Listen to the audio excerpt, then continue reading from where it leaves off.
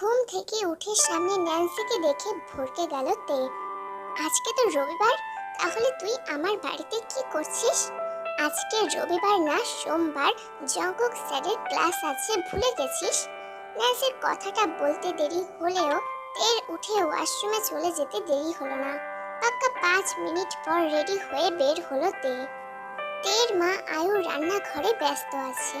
তে দৌড়ে রান্নাঘরে গিয়ে আয়ুকে জড়িয়ে ধরল, আদুরে গলায় বলল, মা, আজকে দেরি হয়ে গেছে। আজকে প্রমিস করছি এসে খেয়ে নেব। এখন প্লিজ জোর করো না। আয়ু তের মুখে একটা স্যান্ডউইচ দিয়ে বললেন, সারাদিন না খেয়ে থাকা যায় না আম্মু, ক্যান্টিন থেকে খেয়ে নিও। তে মাথা নাড়ালো, ন্যান্সিকে নিয়ে বাড়ি থেকে বেরিয়ে পড়ল। তে আর ন্যান্সি ক্যান্টিনে বসে আছে। আচ্ছা তে, তুই জাঙ্কুক স্যারকে কবে থেকে পছন্দ করিস? ন্যান্সি, আমি জঙ্কুক স্যারকে পছন্দ করি না। কি? তার মানে তুই সত্যি জঙ্কুক স্যারকে পছন্দ করিস না? না, আমি সেটা বলতে চাইনি। আমি জঙ্কুক স্যারকে ভালোবাসি, পছন্দ না। আচ্ছা ঠিক আছে, এখন চল, না হলে ক্লাসে দেরি হয়ে যাবে। তারপর তারা ক্লাসে চলে গেল। তারা তো জানেই না তাদের কথা আড়াল থেকে কেউ খুব মনোযোগ সহকারে শুনছিল। কিছুক্ষণ পর জঙ্কুক ক্লাসে ঢোকে। গুড মর্নিং স্টুডেন্ট, কালকে তোমাদের কি পড়া ছিল? স্যার, চ্যাপ্টার 4 অর্থাৎ হিউম্যান রিপ্রোডাকশন পড়া ছিল। আচ্ছা, তো আজকে সবার প্রথম উত্তর তে দাও। তে, ওঠো। আমি? হ্যাঁ তুমি। আমাকে এই বিষয়ে এক্সপ্লেইন করো। কি হলো, চুপ করে আছো কেন? বলো। স্যার, আমি জানি না। তুমি জানো না, তাহলে কিভাবে অ্যাসাইনমেন্টে লিখলে? তুমি যদি এই রকম করো তাহলে আমি তোমার গার্জেনকে কল করতে বাধ্য হব। সরি স্যার, কালকে থেকে আমি পড়া করে আসবো, প্রমিস। শিওর? Yes sir. আচ্ছা, বসো। জঙ্কুক ক্লাস নিয়ে সেখান থেকে চলে গেল। জঙ্কুক তার রুমে বসে এক্সামের কিছু পেপার চেক করছিল। তখনই তার রুমে কেউ আসলো। Sir, may I come in? Yes. আপনাকে তো ঠিক চিনলাম না। আসলে স্যার, আমি তের মা। ও, আসুন আসুন, আপনাকে কিছু বলার ছিল। হ্যাঁ, বলুন। আচ্ছা, তে কি ভালোভাবে পড়াশোনা করছে? তে অন্যান্য সাবজেক্টে খুব ভালোভাবে পড়াশোনা করলেও বায়োলজিতে সে খুবই কাঁচা। এক্সামে তার এই সাবজেক্টে অনেক খারাপ নাম্বার আসে। হ্যাঁ স্যার, আমি এই বিষয় নিয়েই আপনার সাথে কথা বলতে এসেছিলাম। আপনাকে কিছু বলার ছিল।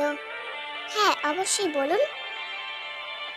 আপনি কি তেকে এই বায়োলজি সাবজেক্টটা টিউশন পড়াতে পারবেন?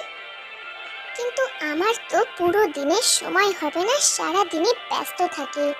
সমস্যা নেই, আপনার যখন সময় হবে না আপনি তখনই পড়াবেন। আচ্ছা, আমি ওকে রাত 10টা দিয়ে পড়াবো। ঠিক আছে স্যার, থ্যাংক ইউ। তারপর তের মা সেখান থেকে চলে গেলেন। ঘড়িতে বাজে রাত 10টা 5। উফ, এত রাতে আবার কে আসলো? তে বিরক্ত হলো। গিয়ে দরজা খুলে দিতেই সামনে থাকা মানুষটিকে দেখে অবাক হয়ে গেল। এই কি স্যার, আপনি আমার বাড়িতে এত রাতে? কোনো সমস্যা? কেন, আমি কি তোমার বাড়িতে আসতে পারি না? না না, সেটা বলতে চাইনি। আপনি আমার বাড়িতে হঠাৎ করে? এখন থেকে তুমি আমার কাছে টিউশন পড়বে। আর বেশি কথা না বলে বই নিয়ে এসো। তে আর কিছু না বলে বই খাতা নিয়ে সে জঙ্কুকের কাছে পড়তে বসে গেল। জঙ্কুক মনে করেছিল তে হয়তো তার কাছে পড়বে না, দুষ্টুমি করবে, কিন্তু সেই রকম কিছুই হলো না। তে খুব ভালোভাবেই সব পড়া কমপ্লিট করলো। আসলে এই সমস্ত কিছুই ছিল জঙ্কুককে ইমপ্রেস করার একটা বাহানা। সেদিনের মতো তেকে পড়িয়ে জঙ্কুক বাসায় ফিরে গেল। জঙ্কুক চলে যাওয়ার সাথে সাথেই তে দরজা লক করে নাচতে শুরু করলো। মা, তুমি জানো না তুমি নিজের অজান্তে আমাকে কতটা উপকার করেছো। যাই হোক, ভালোই হয়েছে, জঙ্কুক স্যারের সাথে একটু বেশি করে সময় কাটানো যাবে। এইভাবেই কেটে গেল অনেকগুলো দিন। প্রতিদিনের মতো আজও জঙ্কুক তেকে পড়াচ্ছিল। তে তে হ্যাঁ স্যার, কিছু বলছিলেন? তোমার মনোযোগ কোথায়? কি পড়াচ্ছি বলতে পারবে? Sorry sir. কি হয়েছে তোমার? মন খারাপ? সেই রকম কিছুই না। আচ্ছা, তোমার মা কোথায়? অফিসে গেছে। কখন আসবেন? অনেক রাত হবে, 12টা 1টা বাজতে পারে।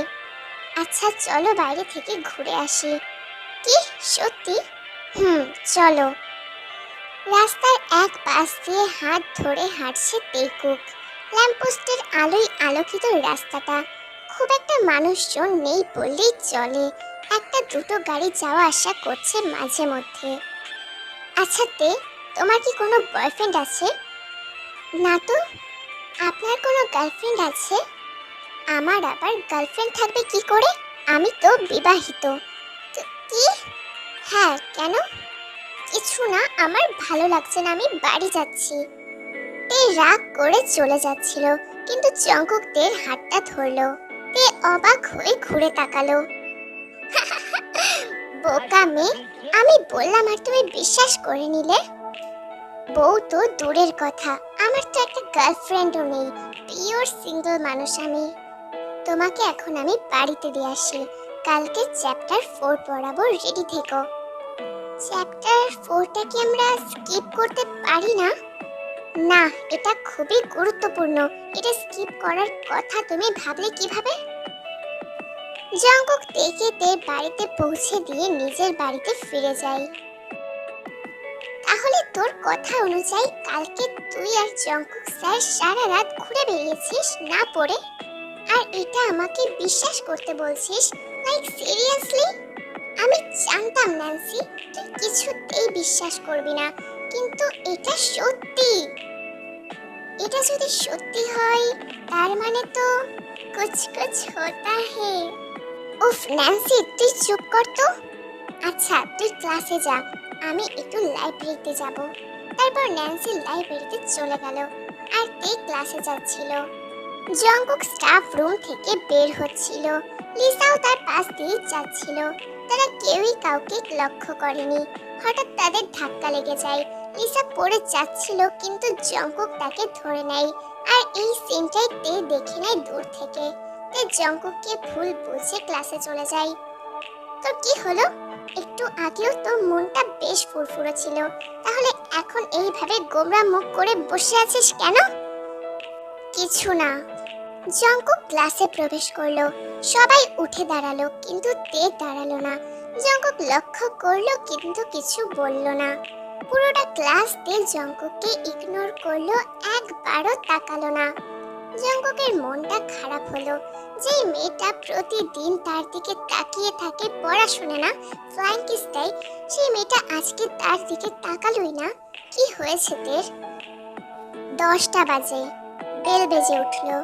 তে জানে এখন কে এসেছে, কিন্তু তে তো কিছুতেই দরজা খুলবে না। কেন খুলবে? লিসার সাথেই যাক না, তের কাছে আসার তো প্রয়োজন নেই। তে কিছুতেই দরজা খুলবে না। জঙ্কুক অনেকবার বেল বাজালো, কিন্তু তে তো দরজা খুলবে না। আর কোনো শব্দ না পেয়ে প্রায় 15 মিনিট পর দরজা খুলল তে। সে মনে করেছিল জঙ্কুক হয়তোবা চলে গিয়েছে, কিন্তু দরজা খুলতেই সামনে জঙ্কুককে দেখতে পেল। আজকে দরজা খুলতে এত দেরি হলো কেন? গান শুনছিলাম, তাই শুনতে পাইনি। ভেতরে আসুন। জঙ্কুক বুঝলো এর কিছু একটা হয়েছে, কিন্তু সে তেকে আর কিছুই বলল না। চুপচাপ গিয়ে তেকে বই নিয়ে বসতে বলল। কালকে কি পড়া ছিল? চ্যাপ্টার 4। আচ্ছা, তো দেখো চ্যাপ্টার 4-এ কি আছে। জঙ্কুক তেকে পড়াচ্ছিল, কিন্তু তার ভয়েস আস্তে আস্তে খুবই লো হয়ে যাচ্ছিল। কি বলছেন শুনতে পারছি না, জোরে বলুন। জঙ্কুক আর একটু জোরে পড়ানো শুরু করলো। স্যার শুনতে পাচ্ছি না, জোরে বলুন। জঙ্কুক আরো জোরে বলা শুরু করলো। স্যার সত্যি শুনতে পাচ্ছি না। আর কত জোরে বলবো? আর একটু জোরে বললেই হবে। জঙ্কুক অনেক জোরে জোরে পড়ানো শুরু করলো। তে ব্লাশ করছিল। জঙ্কুক পড়ানো শেষ করে একটা গভীর নিঃশ্বাস ছাড়লো। আচ্ছা, কোথায় সমস্যা আছে বলো। স্যার, আপনি কি বলেছেন আমি তো কিছুই বুঝতে পারিনি। কি? তাহলে আমি এতক্ষণ কাকে পড়ালাম? আচ্ছা বলো কোনটাতে বেশি সমস্যা হয়েছে। স্যার লাস্টে ওই যে বললেন না কি যেন সেক্স, ওটা একটু বুঝিয়ে দিন তাহলেই হবে। কি? এটা আমি তোমাকে বোঝাই কিভাবে? আচ্ছা শোনো, এটা মানে হচ্ছে ওইটা। ওইটা মানে কোনটা স্যার? আরে ওইটা ওইটা। কোনটা? আমি বুঝতে পারছি না স্যার। আর এটা করে বা কিভাবে? এটা আমি এখন তোমাকে কিভাবে বোঝাই? প্র্যাকটিক্যাল ভাবে বোঝান, তাহলে বুঝতে সুবিধা হবে। প্র্যাকটিক্যাল? প্লিজ স্যার বোঝান। এটা যদি আমি না বুঝতে পারি তাহলে এই চ্যাপ্টারের মেইন জিনিসটাই তো বুঝতে পারবো না। কিন্তু কোনো কিন্তু নয় স্যার, প্লিজ। তুমি কি শিওর তে? হুম। জঙ্কুক আর কোনো কথা না বলে তেকে কোলে তুলে নিল।